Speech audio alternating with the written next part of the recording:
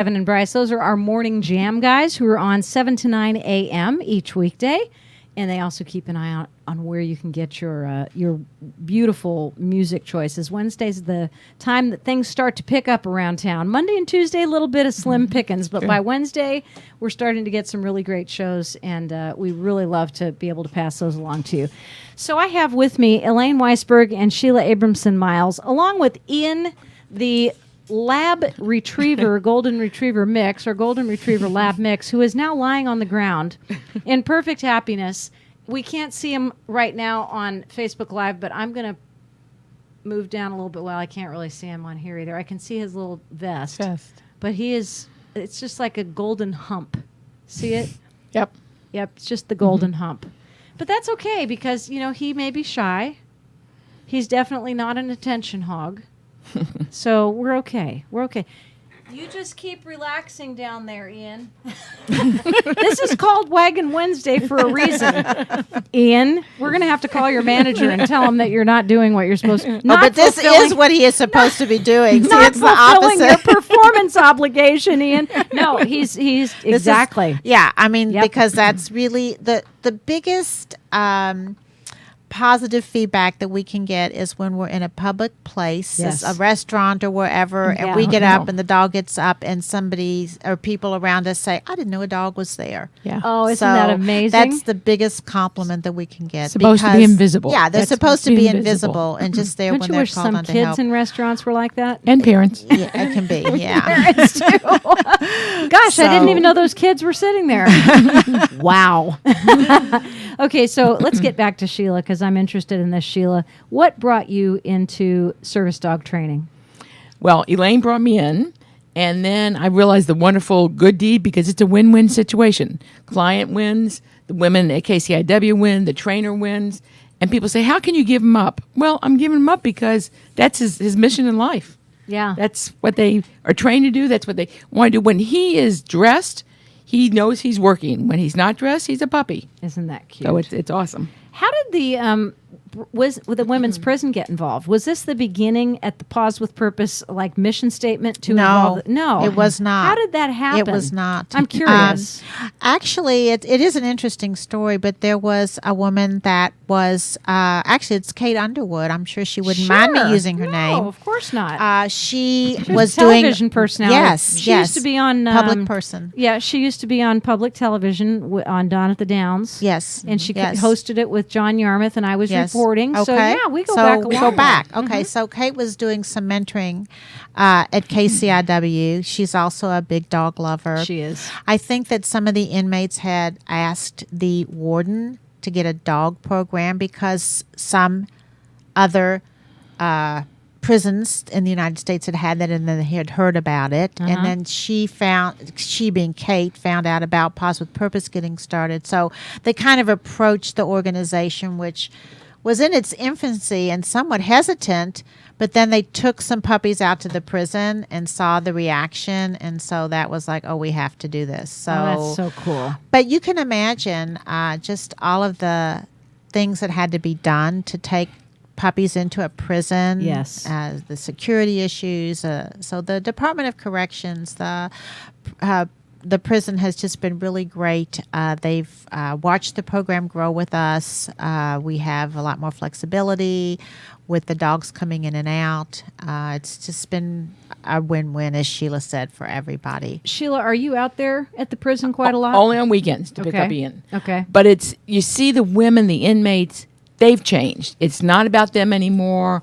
It's not about whatever happened. It's about their dog because they're with their dog 24 hours a day. Isn't that interesting? That is their job. In the prison. Yes. So- Everybody has a job. So what I want to know is what is the process and how is it, how does it happen that the women who have the dogs, how do they get them in and out for their everyday needs? Like, where do the dogs relieve themselves? Where do they play? There's an actual potty place Okay. in the yard that's designated for the dogs to go there. Okay. There's a fenced-in area that was put up so that the dogs can run loose and Wonderful. also work on recall so that they learn to come on cue. Yes. And the women in our program are all in the honors program at the prison. They have to apply. they have to have at least their GED or be working on it. So Okay. it's been an incentive for some women to get that GED so they can get into the program. I bet. And the facility that they live in, they're all together on one wing of the floor. Kind of looks like a dormitory, Okay. actually.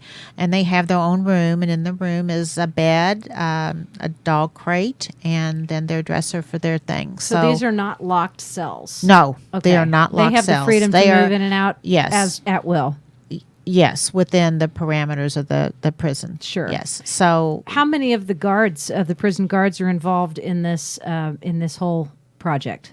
well, the guards had to learn how it worked with a service dog.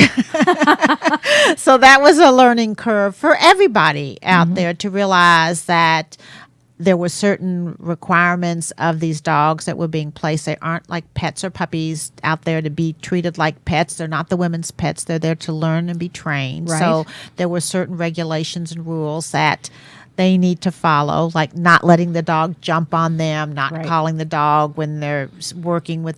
Like I did. Yeah. Well, that's a lot. So there's a lot of little things. But then, you know what? You use that as a training experience. Sure. And you use that as a distraction to get the dog to come back to you. So Yes. there's positive ways to make all things work. So, what is the biggest challenge that you have when you're out with your dog, Sheila, from the public? I mean, what is it that happens that causes you the greatest amount of difficulty? Not difficulty, but everybody wants to pet him. Of course. And everybody wants to love on him. Yeah. And technically, you're supposed to ask if you can pet a dog. Right. I'm supposed to get him in position, whether that's sitting or down, and then you can pet him. Yeah. Ian is become a licker. We're trying to correct that. Because some people, especially if you're disabled, you don't want him to lick. Right. Because they have lotion or medicine or what topical. Right. So that's the hardest thing is just to make, and then the hardest thing that when people say to me is, how can you give him up? Because he licks me all the time. And sheds. Oh. Well, you know, I'm thinking about the fact that you know, I have 3 dogs, none of whom are nearly as well trained as this dog. But I have to deal constantly when I'm walking up and down Frankfurt Avenue or anyplace else. Kids want to come Oh, up. yes. Kids. And so I always pull Brady and Gracie back because I already know that Gracie is afraid of children because she's the smallest and she has to be big, so she barks. Brady is the largest, but he has a tendency to walk up to a kid and then woof right in their face, which terrifies the kid. Right. And Wyatt is just Mr. Happiness. You know, he'll just come up and, you know, lick the kid's face and let them Nice. pet him. And he's so sweet. So I always say to these kids, ask before Always. you reach out. Always. Ask before you Right. touch the dog. Ask before you approach the dog. And when I see skateboards or bicycles on the sidewalks, where of course they're not supposed to be, I always gather the dogs up because, you know, it's going to A, scare them, or Right. B, you know, cause a problem and with the bicyclist or the skateboarder. So that's a really important thing to know is when you see an animal who's working, especially if they're wearing a service vest, Right.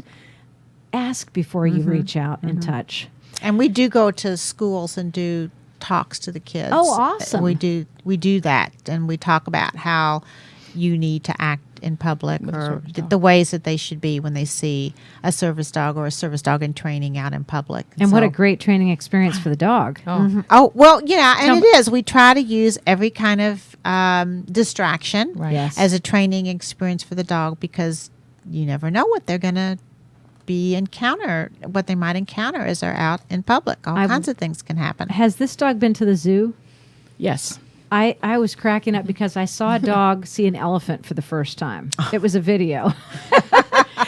You know what I don't mean to interrupt you. The You're funniest okay. thing is, and I don't know if my inmate has a TV in her room, some do.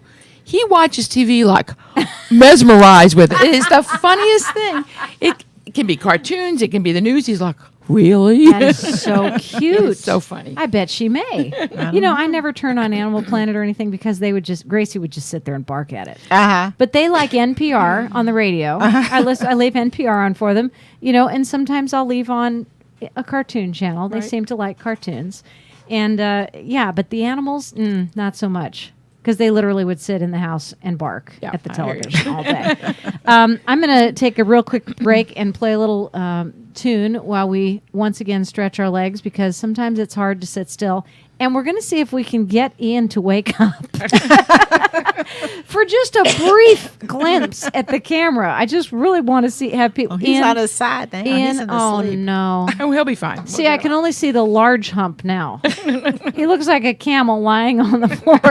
This is Ed Chill Avenue, holding on Crescent Hill Radio 100.9 FM WCHQ.